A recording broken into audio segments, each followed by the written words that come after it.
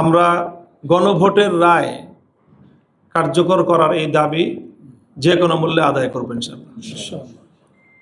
ইতিমধ্যে গত 4 এপ্রিল 11 দলের পক্ষ থেকে গণভোটের রায় কার্যকর করার দাবিতে রাজধানীতে বিক্ষোভ সমাবেশ এবং বিক্ষোভ মিছিলের কর্মসূচি পালন করা হয়েছে।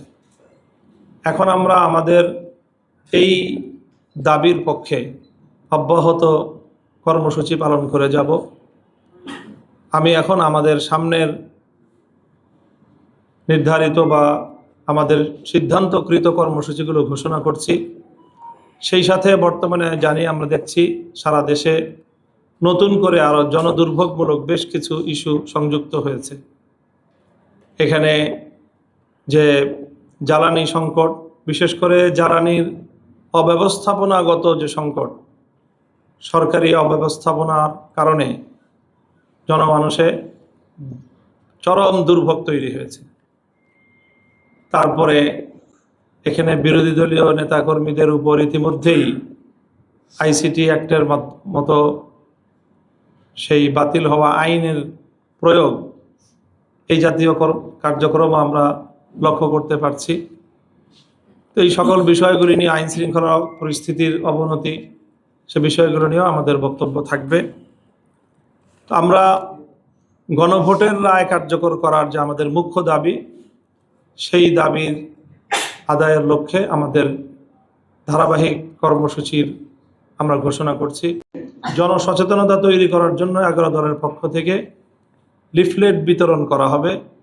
আগামী 9 এপ্রিল রাজধানীর শাহবাগে বিকাল 5টায় 11 দলীয় ঐক্যের কেন্দ্রীয় নেতৃবৃন্দ লিফলেট বিতরণ কর্মসূচির উদ্বোধন করবেন এবং 9 এপ্রিল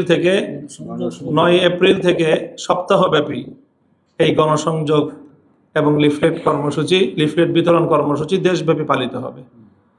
9 এপ্রিল বিকাল 5টায় শাহবাগে গণসংযোগ এবং লিফলেট বিতরণ কর্মসূচির আনুষ্ঠানিক উদ্বোধন হবে।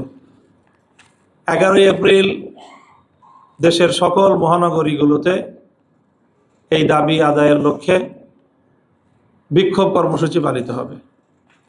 12 এপ্রিল সকল জেলায় বিক্ষোভ কর্মসূচি পালিত হবে।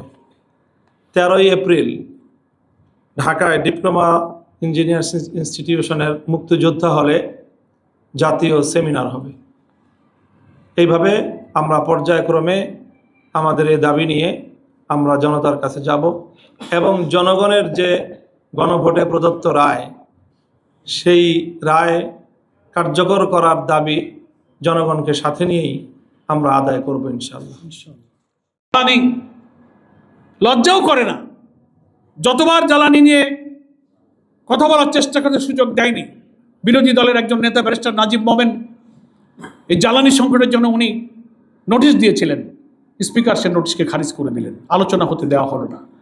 প্রশ্নোত্তরে যখন বলা হচ্ছে তখন বিদ্যুৎ জ্বালানি মন্ত্রী, অন্য মন্ত্রীরা উত্তরে বলছেন দেশে কোনো জ্বালানি সংকট নেই। পররাষ্ট্র প্রতিমন্ত্রীও বললেন। আজব ব্যাপার, মানুষ হাসে। পেট্রোল পাম্পে বিশাল বিশাল শত শত গাড়ির লাইন, মাটির নিচে গ্যালন গ্যালন পেট্রোল লুকানো হচ্ছে, বাঁশবাগানে পেট্রোল পাওয়া যাচ্ছে, কবরস্থানে পেট্রোল পাওয়া যাচ্ছে, পাম্পে লম্বা লাইন, আর মন্ত্রী পার্লামেন্টে হাসেন আর বলেন সংকট নেই। তো হয় কেন এই লম্বা লাইন? ম্যানেজমেন্টের আমাদের মামুনুল্লাহ সাহেব বলেছেন যে দুর্নীতি, সিন্ডিকেট, অব্যবস্থাপনার চরম সংকটে জাতিকে ঠেলে দিয়ে এই সরকারের পক্ষে যে দেশ চালানো সম্ভব নয়। ওনারা নিজেদের ভাগ্য বদলাবার ধান্দায় আছেন, জাতির ভাগ্য বদলাবার ধান্দায় ওনারা নাই।